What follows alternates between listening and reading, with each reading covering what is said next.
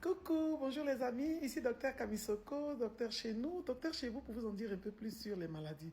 Attendez, avant que je ne commence, je vous dis, pardon, abonnez-vous, likez et partagez, c'est ça non? Ok, alors je suis là aujourd'hui pour vous parler de l'hypertension artérielle. Mais bien avant de vous parler de l'hypertension artérielle, j'aimerais vous parler de la Société ivoirienne de médecine générale et de médecine de famille. Vous savez, j'étais à Tunis la semaine dernière, oui, la semaine dernière, pour aller parler de médecine générale en Afrique en général. Donc, on a parlé, et ici en Côte d'Ivoire, nous avons notre société ivoirienne qui parle de médecine des familles, de médecine générale. Vous savez, le médecin généraliste, c'est le médecin de première ligne. C'est celui-là qui est le médecin de proximité, le premier médecin que tu rencontres pour parler de ta maladie, avec qui tu peux parler un peu plus en détail de ce que tu as, celui-là maintenant qui va t'orienter au cas où ta maladie le nécessite, n'est-ce pas? Donc nous avons créé cette société-là pour valoriser le médecin généraliste et puis expliquer à la population que nous sommes là. Donc restez à l'écoute, vous allez en savoir un peu plus bientôt. Donc aujourd'hui, j'ai dit on va parler de tension. Parler d'hypertension. Oui, de plus en plus, les cas d'hypertension sont devenus nombreux. Les cas d'hypertension se retrouvent dans toutes les couches sociales de la population. Tu vas aller dans les quartiers précaires, il y a l'hypertension. Chez les riches, il y a l'hypertension. Et même des jeunes aussi ont l'hypertension. Donc, ce n'est plus la maladie des boss. Hein. Avant, on disait que, attention là, c'est la maladie des boss. Attention là, c'est la maladie des gens qui ont l'argent. Attention là, c'est pour les blancs. De plus en plus, il y a des cas d'hypertension. Lorsque, par exemple, on va pendant nos consultations, tu vas faire une journée de consultation, ça va au moins 4-5 cas d'hypertension. Et souvent, même avec des complications, des cas d'AVC, des cas d'insuffisance rénale, d'insuffisance cardiaque. En tout cas, l'hypertension est en train de faire sale. Donc, il est temps qu'on vous en parle un peu plus en détail. C'est quoi l'hypertension? L'hypertension, c'est cette maladie-là qui se manifeste par des symptômes. Mais bien avant les symptômes, je vais vous expliquer un peu le mécanisme. C'est pour ça qu'on est là, non, dans un français un peu terre à terre. C'est-à-dire, vous voyez les vaisseaux, non, les veines qui sont sur le corps, là. Il y a des vaisseaux dans le corps où le sang passe pour venir nourrir tout l'organisme en sang. Hein? C'est-à-dire que le sang passe dans des tuyaux. Et ces tuyaux-là, selon leur calibre, c'est-à-dire l'ouverture du tuyau là, si c'est bien normal, quand le sang passe, c'est normal, tu vois que le sang passe, il n'y a pas de problème. Mais des fois, le vaisseau là se rétrécit, il y a la graisse qui se met dedans, ou bien certains processus familiaux font que tu as un débit un peu important au niveau de ton sang. Hein? Donc la pression monte. Je vais imaginer ça un peu. Par exemple, vous voyez les tuyaux d'arrosage là, non? Hein? Avant, on prenait les tuyaux, même on arrosait comme ça à la main. C'est pas comme maintenant où tout est devenu technique là. Avant, c'était mécanique. Tu branches ça sur un robinet, puis tu prends ton tuyau, tu arroses tes fleurs comme ça. Mais si ce tuyau là, par exemple, on met quelque chose à l'intérieur du tuyau pour réduire le trou, vous allez voir que la pression va devenir forte. Souvent même, on a tendance à appuyer le bout du tuyau pour que l'eau là vienne comme ça pour arroser les fleurs. Mais quand on ouvre l'eau tout doucement, l'eau passe doucement, ça arrose les plantes. C'est comme ça que nos vaisseaux sont ces espèces de tuyaux où le sang passe pour irriguer notre corps. Mais lorsque ces vaisseaux-là sont collabés, c'est-à-dire viennent serrer, s'il y a un obstacle pour des raisons ou d'autres, la pression monte. Et ça, on mesure ça avec un appareil. On appelle l'appareil là le tensiomètre. Il y a des tensiomètres électroniques de plus en plus, mais il y a l'ancien tensiomètre mécanique là où on appuie fou avec le brassard et puis on voit des chiffres. Donc lorsque les chiffres tensionnels sont au-delà de 130 sur 80, on dit que tu es hypertendu. Avant là, c'était 140 sur 90. Vous voyez, donc les chiffres sont en train de baisser. Hein? Donc c'est à l'hôpital seulement qu'on peut détecter l'hypertension artérielle. Tu ne peux pas te lever pour dire oui, j'ai hypertension artérielle. Non, non, non. Il faut aller à l'hôpital. Soit l'infirmier, les soignants ou le médecin, il va mesurer ta pression artérielle et puis il va te dire que tu es hypertendu. D'accord? Une fois qu'il t'a dit que tu es hypertendu, il va te donner des conseils et puis des traitements pour te mettre bien, pour rabaisser, pour abaisser ces chiffres-là. Mais quels sont ces symptômes? Mais quelles sont les causes même d'abord? Les premières causes, il y a des causes contre lesquelles on peut lutter et les causes contre lesquelles on ne peut pas lutter. La première cause contre laquelle on ne peut pas lutter, c'est la cause familiale. Il y a des causes héréditaires. Il y a des gens dans certaines familles, à partir de 30 ans, 40 ans, ils commencent à développer l'hypertension artérielle. Ça, tu ne peux rien faire contre ça. Tu es né dans une famille où il y a l'hypertension artérielle. Il y a des causes contre lesquelles on peut lutter. Et c'est pour ça que je vais vous parler aujourd'hui. Hein? Des gens qui sont les mains sales comme ça. Quand on prépare, si lui-même n'a pas rajouté le sel, il n'est pas satisfait. Il y a des gens qui vont ajouter huile. On finit de le servir, il va rajouter de l'huile. Il aime le gras. Il aime c'est-à-dire tout ce qui est rempli d'huile, là, c'est sa nourriture.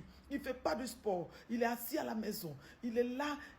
Vraiment, la sédentarité. C'est pas bon. Il faut bouger. Il faut se lever, marcher, faire du sport, aller en salle, sauter à la corde. Il y a des petites activités comme ça qui peuvent aider le sang à circuler facilement et donc à lutter contre l'hypertension. Et puis maintenant, il y a les causes liées à l'alcool, le tabac, la drogue, toutes ces choses-là. Ça fait monter la pression artérielle. Maintenant, il y a ça aussi comme, bon, on peut pas lutter les causes environnementales, le stress, impuissant gourmet qu'on a une tension. Oui, il y a des femmes qui ont une tension, je dis que les maris, leur mauvais cœur là, ils fatiguent la femme qui a la tension. Tout comme aussi, il y a des hommes aussi qui ont une tension à cause des femmes. En tout cas, voilà. Ou alors des soucis de la vie quotidienne. Tu es là, tu as des charges, tu ne dors pas, l'insomnie. Et puis voilà la tension. Et puis paf, quels sont les symptômes? Les symptômes de l'hypertension, c'est les maux de tête. Les maux de tête qui ne se calment pas. Tu prends paracétamol, tu prends tout ce qu'il faut pour calmer les maux de tête que tu prenais d'habitude, ça ne baisse pas.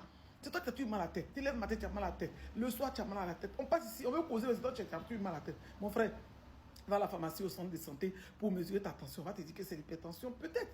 Hein? Il y a le vertige. Tu n'es pas anémié, mais c'est toi qui as vertige. Tu marches, tu te lèves le matin, tout tourne autour de toi. Tu as le vertige. Tu te dors, tu as vertige pendant des jours. Va mesurer ta tension artérielle. Et puis il y a les bourdonnements d'oreilles dans tes oreilles comme ça, c'est pas, c'est hypertension artérielle. Tu es étouffé, tu marches, tu fais 100 mètres, mais c'est toi, tu vas t'arrêter à chaque fois. Des palpitations. En tout cas, autant de symptômes qui sont des signes de l'hypertension artérielle. Quand tu as tous ces symptômes-là, mon ami, ton mal de tête que tu crois qu'on t'a agbassé ou bien quoi là, ton mal de tête persistant, là, va à l'hôpital. Ça peut être l'hypertension artérielle. Alors donc, les amis, l'hypertension artérielle présente ces symptômes-là. Quand tu vas aller, le médecin va prendre le tensiomètre, il va appuyer, en tout cas, il va faire comme il doit faire et puis il va dire, selon tes chiffres, que tu es hypertendu. Dans un premier temps, il va te donner des conseils hygiéno-diététiques. Comment tu vas faire pour pouvoir faire revenir tes chiffres tensionnels à la normale sans prendre de médicaments? On va te mettre au régime, on va dire d'arrêter le sel, d'arrêter le gras, faire un peu de sport, et puis on mesure la tension au fur et à mesure, et puis on va voir si les chiffres sont bons, hein, au fur et à mesure, en ambulatoire. Voilà, on regarde, chaque fois que tu viens, bon, tant que c'est bon, on peut dire que bon, c'était passager, mais c'est persistant, ça ne descend pas, les chiffres sont accrochés, paf, le médecin te met sous traitement. Et ce traitement, on ne va pas te dire que c'est un traitement où tu vas t'arrêter pour dire, bon, comme si c'était un palu, ou comme si c'était une autre maladie infectieuse comme ça. C'est une maladie chronique. C'est ton sac à main. Quand tu as tension, là, ton médicament de tension, ça devient ton camarade. Moi, je dis à mes patients, il faut payer ton médicament avant de payer ton loyer. C'est quand tu es en bonne santé là que tu cherches à payer le loyer.